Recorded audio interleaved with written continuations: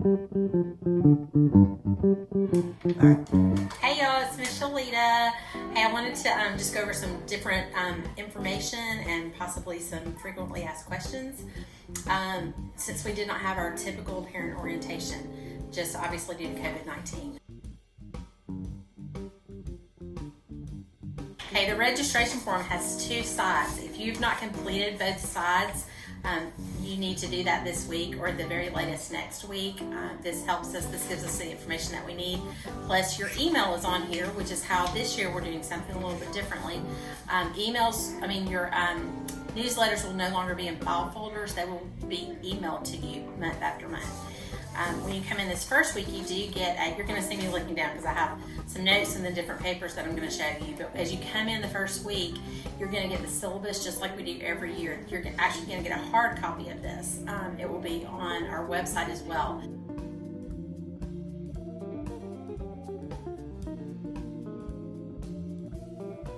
This lists everything that you need to know. It's an overview of the year.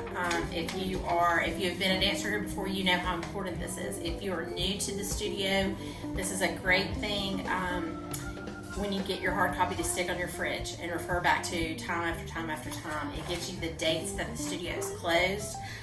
It goes over our attendance policy. It goes over inclement weather. It talks about withdrawals. It gives you all the prices on the back.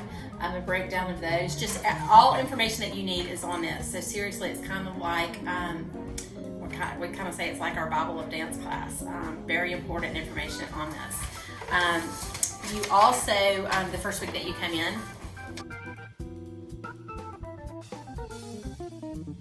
this is your payment agreement that will break down when payments are due and how much they are. And also at the bottom of the list, if you are for or against your child's picture being on any of our social medias, you can give us permission, or you can say you would prefer that they not be on there. Make sure that you fill out this from top to bottom. New to us this year is a little waiver on the back that just basically says that, in any of our dance classes or tumbling, which we've added this year, there's a possibility of injury. There's a possibility of injury in music. You could train a vocal cord. It's across the board. Anything could happen. There could be sickness. You could catch a cold from somebody. Obviously, with all that we're going through right now, COVID-19, there's a chance that it could happen here. This is a waiver. Just basically, you're going to read over it, just realizing there's a risk for that, and that the studio is not held responsible for any of those. You also could have received and you still can, this will be on the website as well, a general information sheet. This is something I'm going to go over. It basically just tells you just a breakdown of the different things that we will do in a class, plus what you're to wear in a class. This is something that we normally do the first week of dance classes. We kind of have what we call our parent orientation. Well, obviously with COVID-19, we are restricted as far as how many come in and out of the studio, when we are greatly trying to limit that to where it's more so the teachers and the students. Obviously the first week you're having to come in and sign paperwork, but you come in, you sign it, and then you leave to either wait outside or wait in your car, or go run an errand and then come back. Preschool combo classes are ages 2.5 to 4 that consist of ballet, jazz, and tap.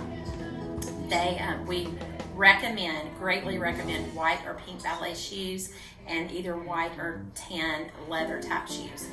If you have black, that is fine. The only thing about black is when it comes around to picture time and recital time, if your child's shoes need to be spray painted first, if they are still wearing their shoes they started with at the beginning of the year, and those shoes need to be spray painted, black is very hard to paint. So white, pink, and tan are your better options as far as if something has to be spray painted.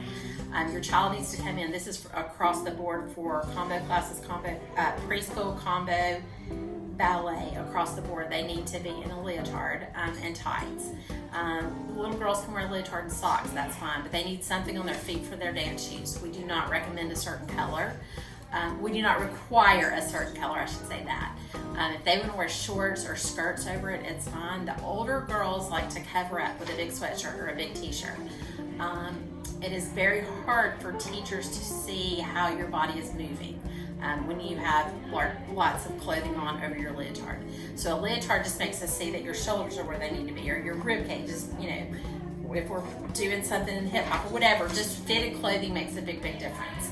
So again, preschool, combo, ballet, those need to be leotards, tights. And again, you can wear shorts over those, or they can do a little wrap around their waist if they want to. If they want to do leggings for ballet, they need leotard and tights. But if they would like to do leggings, they can do that as well. Clogging, baton, hip hop, musical theater. Those need to be, if they want to wear a leotard, that is great. If they want to wear a leotard in shorts or leotard in leggings like they do in the other classes, that's awesome. They don't need to come in street clothes. For any of the dance classes, there should be no street clothes. Simply because if you have a big, bell-bottom jeans, you're going to trip over them. If you're trying to do some kind of leap, you could easily get stuck and, whatever clothing gets in the way. So dance clothes are very important because you're in dance class, obviously. So for those classes, if they want to do a leotard, that's great, but a tank top, something fitted through the top, is awesome. For tumbling classes, they need to be in a leotard or like a little bike unitard. Again, you can wear shorts under that, but as you're tumbling, you can easily get caught up in a t-shirt. Not to mention t-shirts, as you're doing different tumbles, t-shirts can come up. So they need to be in a full one piece, either a leotard or a unitard. Just they can do the little bike short and unitards. The shoes for preschool combo, we just went over the combo classes. Combo classes they have to have tap shoes. Again, we recommend white or tan. They can have ballet shoes or they can have jazz shoes. The older, 10 and up typically have jazz shoes. The younger typically just have ballet shoes even for jazz, and that is fine. If you'd like to have jazz shoes, you can do that as well. Make sure in all of these classes, regardless of the class, that their hair is pulled back. Ponytails are really the best option. But definitely pull back out of their face. Tumbling, they really do need a ponytail, but not a high ponytail, so that we don't have to worry about, their little heads getting hurt, or their big heads, however old they are, their heads getting hurt while they're doing different tumbling. So make sure that it's pulled back. Again, in all of them, they'll play with their hair, they'll kind of fool with it. So make sure that it is somewhere that it's not going to be in the way. Clogging shoes, obviously for clogging, they need clogging shoes. Clogging shoes or aside from point, clogging shoes are the most expensive shoes, kind of in the dance world, basically. Or here, let me say that in this studio, because you can spend lots of money on shoes. So clogging shoes are very expensive and are typically the first to sell on our used shoe rack. So if you're looking for shoes, please check our used shoe rack. We're going to have the last week of September, we're going to have just a shoe sale. We may move shoes outside, just the racks of shoes, so that you can come and look and just kind of see if you don't have shoes at that point. That would be a great time for you to come and shop.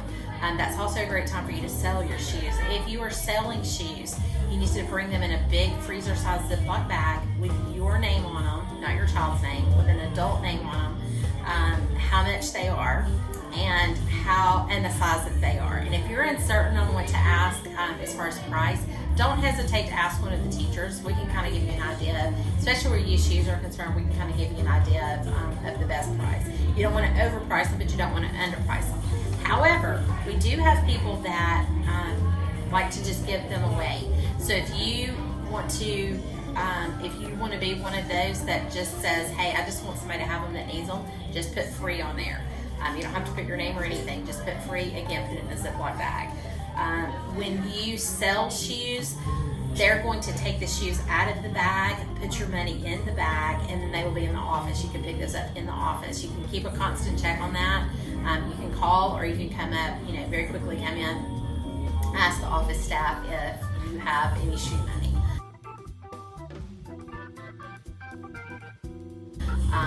Anytime that you are coming into the studio, for now, this may last the whole year, this may just last a couple more months. I don't know, we're just going to follow CDC guidelines. But when you come into the building, we are requiring that, strongly recommending that everyone wear a mask when they come in, ages 7 and up.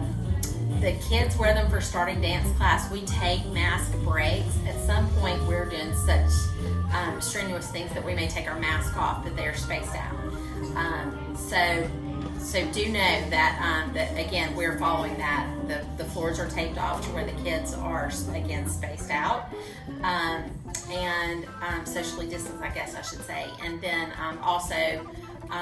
We're using masks, and then we're sanitizing in between classes, and we're using hand sanitizer as well. Trying to think of any other questions that you may have. Voice and piano students. If you have not already been to Voice or Piano this week, Miss Jessica or Miss Amanda or Miss Jennifer will talk to the parents for just a little bit, just going over any questions they may have, plus what is recommended and what is required for your music lesson.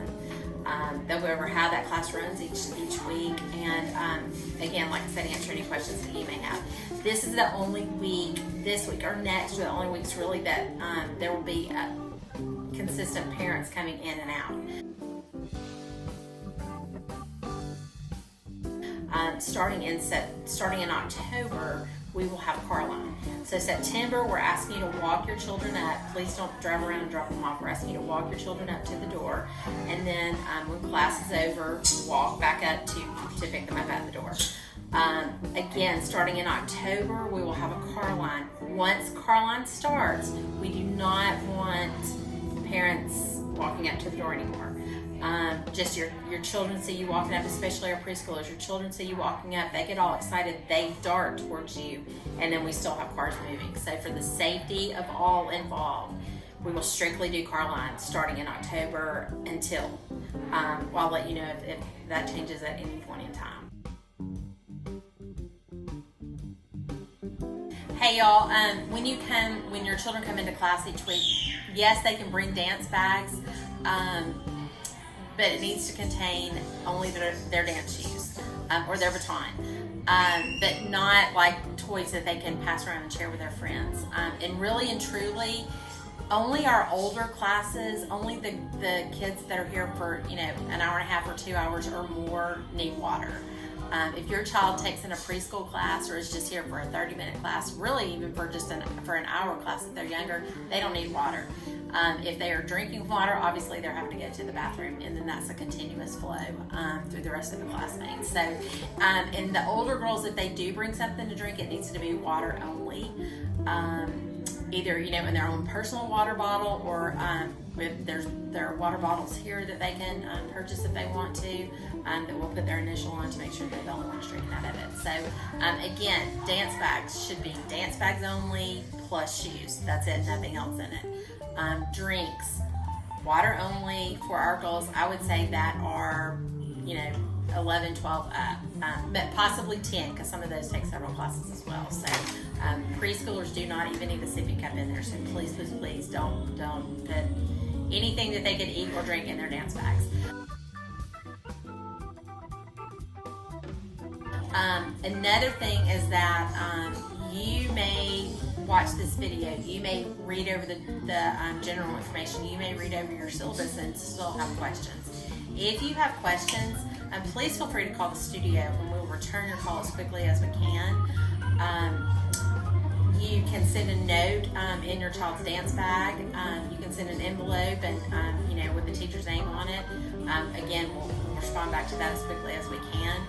It may not be during that class time. It may not be like on the day that you actually take, because we have class after class after class. And it may be the next day before you get a response, but do know that we will respond to you.